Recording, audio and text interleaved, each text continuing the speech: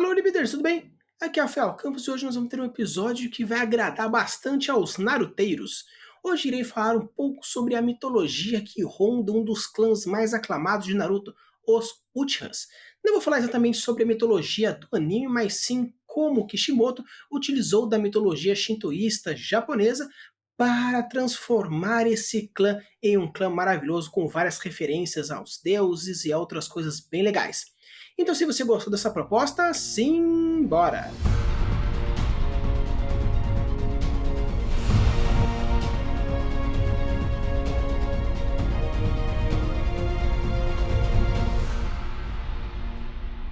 Com o desenvolvimento do anime, a gente vê a evolução de um personagem, Uchiha Sasuke, dentro do clã Uchiha, e assim vai desenvolvendo, junto com seu Mangekyo Sharingan, algumas das técnicas características daquele que desperta esse olho, que é o Amaterasu, o Tsukuyomi e o Susanoo.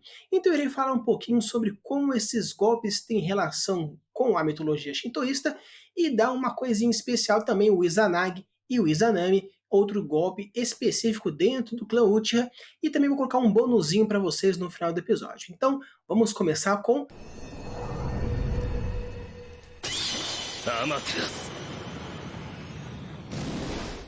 Amaterasu é a deusa sol do shintoísmo, venerada como a progenitora divina da família imperial japonesa. A forma como os devotos da deusa chama é Omikami, que significa grande e exaltada divindade. Amaterasu, também conhecida como Amaterasu Omikami ou Ohirimi no Muchi no Kami. Ela é retratada nos textos literários japoneses que datam de 712 e 720 d.C. O principal local do culto a Amaterasu é o grande santuário da província de Mie, um dos locais mais sagrados do shintoísmo e um importante centro de peregrinação e ponto turístico.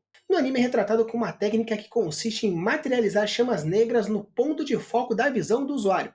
As chamas negras podem continuar queimando por 7 dias e 7 noites, sendo impossível extingui-las com água ou outro método normal. Então eu queria começar falando sobre a Amaterasu como a técnica de olho no ponto focal. É bem interessante que você pode tanto utilizar com o olho esquerdo ou o olho direito, porque se você colocando o foco do ponto, ele acontece.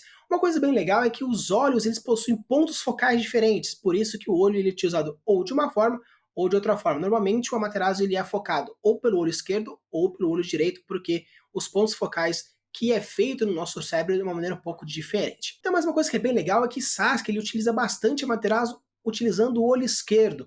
Obviamente você pode usar um outro ou um, mas Itachi também pode usar um ou outro, mas em sua grande maioria Sasuke utiliza o olho esquerdo. E é bem legal porque Amaterasu nasceu do olho esquerdo de Izanagi. Então é bem legal porque ele utiliza dessa mitologia que já está bem descrita, já é bem desenvolvida no Japão, e você utiliza como uma pequena referência, que não faria tanta diferença assim no anime, mas é bem legal porque é um tiquinho que se coloca como um ponto que vai trazendo a grande pesquisa e as grandes referências que é utilizado dentro do meio shintoísta. Mas o porquê as chamas negras? As chamas negras é uma coisa interessante porque o preto ele pode ser utilizado de duas formas bem diferentes e antagônicas. O preto pode ser usado como um sagrado, por incrível que pareça, porque os padres também utilizam isso, ou ele pode ser usado uma coisa como um mistério, um luto, alguma coisa relacionada ao inferno. Então, um ponto que a gente pode trabalhar são várias coisas interessantes quando está relacionado a essa cor. Mas na natureza, nenhuma cor é feita a partir de uma chama negra, ou seja, não existe nenhuma substância que ao se queimar se torne uma cor negra. A colorimetria de chamas é utilizada para identificar alguma substância antigamente, onde você pegava uma substância química, colocava fogo nela e dependendo da cor da chama você poderia identificar mais ou menos algumas características, algumas identificações. Então não tem nada na natureza que faça a chama negra. Então você pode utilizar a chama negra principalmente porque o que fez com que se queimasse e se tornasse negro. Então traz esse misticismo, traz esse mistério. E também algumas referências, como falado que a Amaterasu ela é uma chama que vem do inferno também. Então você pode utilizar que é utilizado de uma energia negativa para se criar essas chamas negras. Então eu acho bem interessante porque esse negro ele pode tanto trazer esse mistério do que está queimando para que seja feito dessa forma e também mostrar alguma coisa sobrenatural, porque não existe nada na natureza que faça produzir chamas negras como em Amaterasu. E no anime é falado que não existe nada que se possa apagar a Amaterasu, onde o próprio usuário precisa fazer com que a chama se cesse. Então é interessante porque como a Amaterasu é a deusa do sol, você pode referenciar como, por exemplo, não existe nada que possa apagar o sol, não existe nada que seja simples que possa apagar a chama do sol, a luz do sol. E também exato como referência que, por exemplo, na mitologia, a Amaterasu ela mesma se esconde numa caverna fazendo com que a humanidade não veja mais sua luz, não veja mais seu calor, não veja mais suas chamas. Então é como se fosse essa referência de que nada pode apagar a Amaterasu a não ser ela mesma. Então eu acho bem legal que ele utiliza de vários pontos da mitologia e várias coisas interessantes onde ele vai pegando uma característica aqui, uma característica ali e vai construindo o sistema de magia dentro do anime de Naruto de uma forma que ele vai referenciando e ressignificando alguns pontos interessantes, deixando bem complexo e muito legal o sistema de magia dentro dos Uchihas. Agora nós vamos falar um pouco de uma técnica que eu achei que ficou um pouco banalizada dentro do anime de Naruto, entre as técnicas dos Uchihas, que é o Susanoo. Susanoo, ou Susanoo, é um kami na mitologia japonesa, o irmão mais novo de Amaterasu. É uma divindade multifacetada com características contraditórias, boas e ruins, sendo retratado em várias histórias como um deus selvagem e impetuoso associado ao mar e às tempestades, como uma figura heróica que matou a serpente monstruosa ou como uma divindade local ligada à colheita e agricultura. As crenças sincréticas que surgiram após a introdução do budismo no Japão também viram Susanoo se confundir com umas divindades relacionadas a pestes e a doenças. No anime, Susanoo é uma técnica que ele cria um humanoide feito de chakra daquele que luta em seu nome. Quando acionado, um ser feito por chakra é materializado em torno do usuário, agindo conforme uma extensão de seu corpo. Essa entidade comporta basicamente como uma aura as suas fases iniciais, permitindo que o usuário locomova-se dentro do Susanoo. Quanto mais fases vão avançando, o humanoide assume uma forma cada vez mais estabilizada, mantendo o usuário suspenso em seu interior. Você pode perceber que uma característica bem marcante dos Susanos são narizes diferenciados e muitas vezes alongados, referenciando as máscaras Tengu. E acho bem legal e bem interessante isso porque o Susanoo ele surgiu do nariz de Izanagi. Então, da mesma forma que a Amaterasu surgiu de um dos olhos, o Susanoo saiu do nariz. Então, acho bem legal porque eles pegaram uma característica específica onde todos os Susanos têm, que é esse nariz diferenciado, referenciando a origem do próprio deus na mitologia shintoísta. Uma coisa bem legal é que Susanoo ele é um deus guerreiro, onde ele pode ser referenciado de várias formas, porque os Susanos eles utilizam de armas diferentes, como se esse guerreiro que tem essa proficiência, ele tem diversos dons diferentes, diversas armas diferentes, mostrando essa diversidade nos Susanos, mostrando o quão guerreiro e quão bélico o Susanoo ele pode ser. Um outro ponto característico é que Susanoo ele é um deus muito destrutivo, com um poder bélico muito forte. Isso mostra também que em Susanoo mostra esse poder bélico dele dessa forma onde ele consegue destruir montanhas, ele consegue abrir rios, ele consegue fazer várias coisas, destruir muito, porque mostra como essa forma bélica e como essa questão mais humanoide de guerreiro, você também tem essas referências bem legais mostrando o quão hábil, quão humanoide pode ser o deus Susanoo, referenciando no golpe diferente dos Susanos. Então agora eu gostaria de pegar alguns Susanos e relacionar um pouco com as suas cores.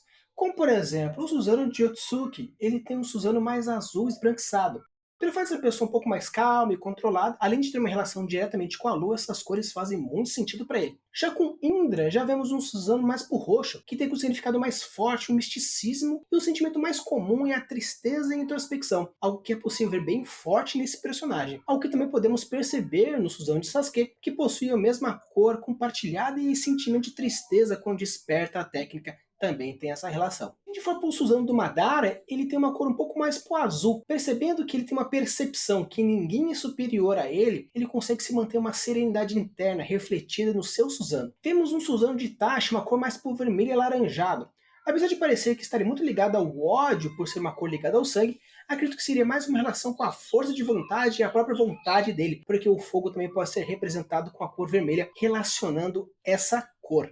Agora a gente vai chegar na terceira técnica da trindade que você desperta quando você tem o Mangekyou Sharingan, que além disso também é responsável pela motivação do arco final do Naruto Shippuden. E eu estou falando do Tsukuyomi. Tsukuyomi no Mikoto, ou simplesmente Tsukuyomi, é o deus da lua na mitologia japonesa e na religião do Shintoísmo. O nome Tsukuyomi é um composto das antigas palavras como Tsuku, que significa lua, e Yomi, que significa ler ou contar. Uma interpretação alternativa é que o seu nome é a combinação de Tsukyo, que é a noite de luar, e Mi, que é olho, ou observação. Sabe-se muito pouco sobre Tsukuyomi, até mesmo seu sexo ele é desconhecido. No entanto, em alguns livros tratam Tsukuyomi, como falei, Tsukuyomi Otoko, que significa o homem que lê a lua, colocando então o deus como do sexo masculino. Tsukuyomi é um dos que nasceram também de Izanagi, mas nesse caso ele tem uma outra relação, que ele nasce mais sim do olho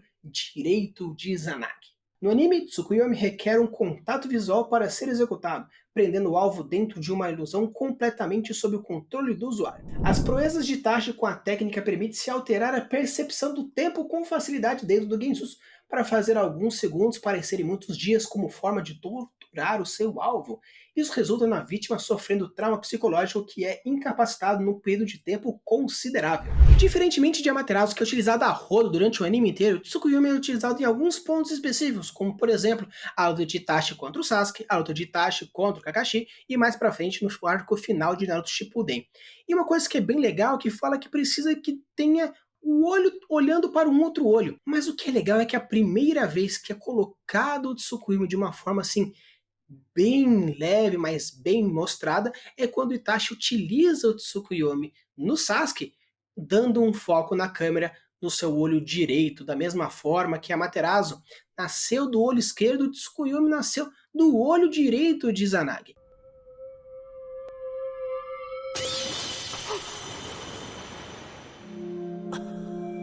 Então eu acho bem legal que ele referencia, o Kishimoto referencia bastante a origem de um com um olho, a origem de outro com outro olho, e um outro deus que tem origem no seu nariz, representado como um nariz específico dentro dos Suzanos. Então eu acho bem legal como ele representa essa forma de um e de outro, com pequenos detalhes de jogo de câmeras e frames para mostrar essa pequena relação, deixando isso bem legal dentro da mitologia dos Uchihas, utilizando como referência essa mitologia shintoísta. Tsukuyomi é o deus da lua, e uma coisa bem legal é que quando aparece Madara, o Obito, e eles falam sobre a questão do Tsukuyomi eterno, qual que é o local que é jogado o Sharingan? Na lua. Eles explicam que na verdade é que a lua pode ser vista do planeta inteiro, então todo mundo pode cair nesse genjutsu, mas eu acho bem legal eles utilizarem da lua, o Tsukuyomi, lua, com o homem que lê a lua. Então eu acho bem interessante eles pegarem esses pontos, correlacionando até mesmo a motivação, o arco principal, colocando esses pequenos pontinhos que, apesar de ter uma lógica estabelecida dentro do anime que explica essa questão, também existe um reforço logístico dentro do psique da mitologia shintoísta, colocado dentro dos golpes de Naruto, especificamente dentro dos clãs Uchiha. Outra coisa bem interessante é a proposta do Genjutsu, porque é explicado no anime que o Itachi ele consegue fazer com que tenha uma modificação de tempo e espaço, essa percepção de tempo e espaço. E qual que é o outro momento da nossa vida que esse tempo e espaço perde essa percepção? Durante o sono, durante a noite, enquanto você está dormindo. Então é bem legal que até mesmo fala Tsukuyomi, lua, noite, a palheta mais escura pro preto e pro branco, onde acontece a distorção de tempo e espaço relacionado como se estivesse dormindo, porque estamos falando do deus da lua. Então acho bem legal que até mesmo o mecanismo de ação do sistema mágico correspondente ao Tsukuyomi também traz mais referências da paleta de cores, traz referências sobre a capacidade do poder, sobre a manipulação do poder, até mesmo do arco e de como é utilizado. Então é bem legal porque você pode transformar um sistema de magia sua dentro do seu world building, colocando funcionamentos, custos, mecanismos, limitações, formas de ação referenciadas e ressignificadas a partir de estruturas que já existem no nosso mundo real. Então eu acho bem legal e bem interessante a forma como ele fecha essa trindade do Tsukuyomi dentro da mitologia de Naruto e na mitologia shintoísta japonesa do nosso mundo real. Então, como eu falei, chegamos agora às duas técnicas muito cabulosas explicadas por Itachi mais pra frente no anime, que é o Izanagi e o Izanami. Então fala um pouquinho sobre esses dois deuses e como funciona dentro da mitologia de Naruto. Izanagi, do japonês o senhor que convida a entrar, forma junto com Izanami o par primitivo da divindade do shintoísmo. Enquanto os dois estavam cruzando a ponte do céu, Izanagi arremessou a sua lança na água, então deu à luz a uma ilha. Izanagi é a personificação de tudo que brilha e é celestial. Já Izanami significa aquela que convida a entrar. É a deusa primordial do shintoísmo, juntamente com o seu marido Izanagi, a personificação do terreno e do escuro. Ela é a mãe terra. Ao dar à luz ao seu filho mais novo, o deus do fogo, ela morreu, então foi governar o submundo. Antes do mundo existir, existia apenas o caos. Quando os deuses superiores geraram Izanagi e Izanami, eles agitaram uma lança incrustada nas pedras preciosas do fundo do mar e assim nasceu o que nós temos hoje como o chapão. No anime, Izanagi é a técnica que muda o resultado indesejado e Izanami mantém o alvo dentro de um looping eterno, em troca da cegueira de algum dos dois olhos, por isso que Danzou, ao usar Izanagi, um dos Sharingans fecha no seu corpo.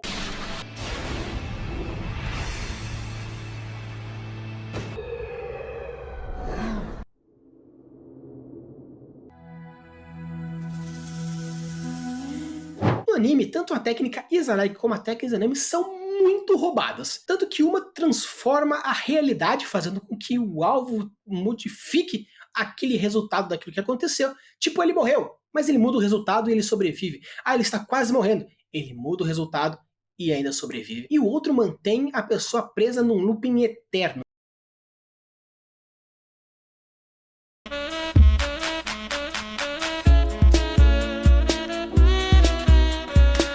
O Tsukuyomi coloca dentro de um tempo específico, mas o outro ele consegue fazer com que a técnica seja totalmente. Então eu acho assim que é bem legal porque essas duas técnicas elas são muito roubadas. Mas qual é o custo dela? Cegueira de um olho. Ou seja, se você é um guerreiro, você pode usar essa técnica uma vez, porque já no outro caso você vai perder o segundo olho, vai ficar cego, vai ficar inútil. Então eu acho bem legal porque eles utilizaram esse custo muito cabuloso, principalmente para um mundo onde as pessoas precisam ver ninjas com técnicas e tudo mais. E com que consequência? Considerando que Izanagi e Izanami são deuses primordiais, eles são tão poderosos que eles poderiam realmente modificar a realidade e manter o outro dentro de um looping eterno, como se fosse uma magia temporal eterna. E a que custo? Nenhum, porque eles são deuses. Porém, para nós, mortais, nosso corpo mortal, para utilizar dessa técnica que seja divina, seja cabulosa, o custo tem que ser muito alto, cegando um dos olhos. Então eu acho bem legal, porque apesar de ser bem roubado, existe um custo. Usado uma vez, ou no máximo, usado duas vezes, caso você queira desistir dos seus olhos, que, para os Uchihas, é um do orgulho maior, é o poder dos seus olhos. Agora vamos para as técnicas em si. A técnica de Izanagi faz com que você mude a realidade. E por que de tudo isso? Se você for pegar a essência da mitologia, aonde Izanagi, depois que a sua esposa morre e vai para o submundo, ele vai até o submundo para resgatá-la. E quando ele chega lá, ela está toda deformada, toda destruída, e ele foge de lá com aquele sentimento de querer que a realidade mudasse e voltasse a ser o que era. Então eu acho bem legal porque ele pegou simplesmente um sentimento que o Deus teve em contato com a sua esposa depois de morta e viu que queria mudar a realidade, trazendo então esse poder referenciado onde pode mudar a realidade. Já a técnica de Izanami tem a capacidade de manter a pessoa num looping eterno. Depois que Izanagi vai até o inferno em busca de Izanami, e a Izanami está toda destruída, ela quer que o seu marido fique com ela e vê ele fugindo de raiva, de medo, por causa da sua imagem, ela fica num looping eterno de tristeza, amaldiçoando eternamente o seu irmão e marido. Então eu acho muito legal porque da mesma forma que Izanagi ele teve esse sentimento e criou a mudança de realidade, a Izanami, ela também tem sentimento de looping eterno, se mantendo na tristeza, se mantendo no ódio, se mantendo na maldição contra o seu marido e irmão, fazendo com que essas premissas entrem nos golpes. Então acho bem legal porque, apesar de uma relação não estar diretamente ligada, numa coisa assim tão fácil de relacionar, você percebe que o Kishimoto ele pegou as propostas dos sentimentos e converteu em um poder absoluto e absurdo, basicamente. Mas eu acho bem legal porque ele utilizou desses sentimentos como forma de referência para a capacidade do poder do sistema mágico de Izanagi e Izanami. E para terminar, a gente vai chegar com o Kamui. O Kamui não é necessariamente um golpe dos Uchihas, ele é mais específico do Kakashi e do Obito, que tem esse compartilhamento disso aí. Então eu vou falar um pouquinho sobre o que seria essa relação de Kamui como bônus para vocês, já que estamos falando dos poderes relacionados ao Sharingan. Na mitologia, o Kamui é um ser espiritual ou divino na mitologia Ainu, um termo que denota uma entidade sobrenatural composta e que possui energia espiritual. O povo Ainu, ele é um povo japonês da ilha de Hokkaido. O povo Ainu tem muitos mitos sobre os Kamuis, transmitido muitas vezes por tradições orais, realizadas durante os rituais sagrados. Em conceito, Kamuis são semelhantes aos Kami japoneses, mas por ser uma tradição oral, muitas vezes os termos foram se perdendo no decorrer do tempo.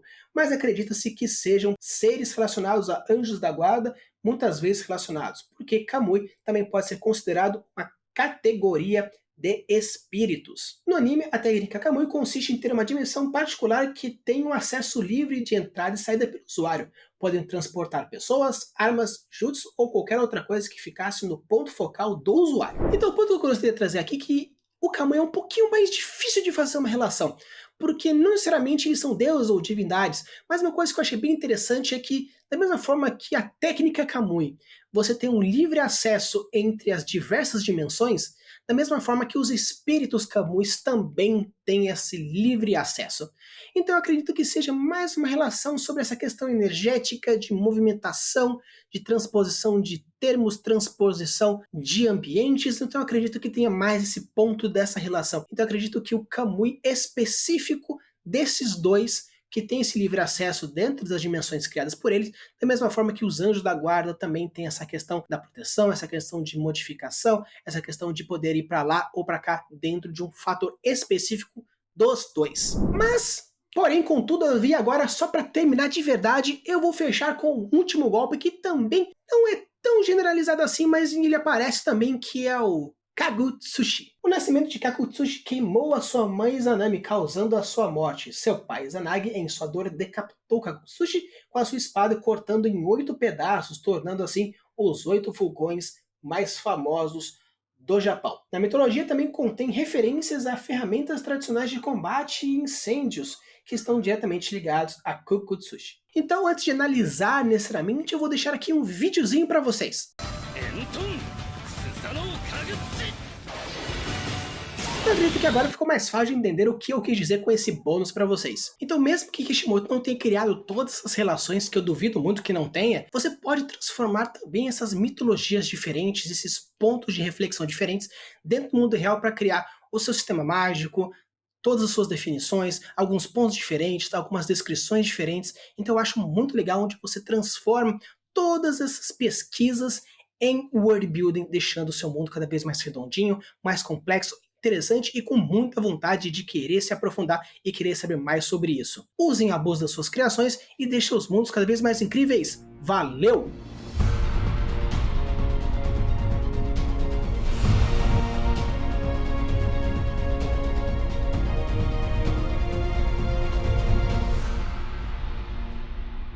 Chupada dimensional!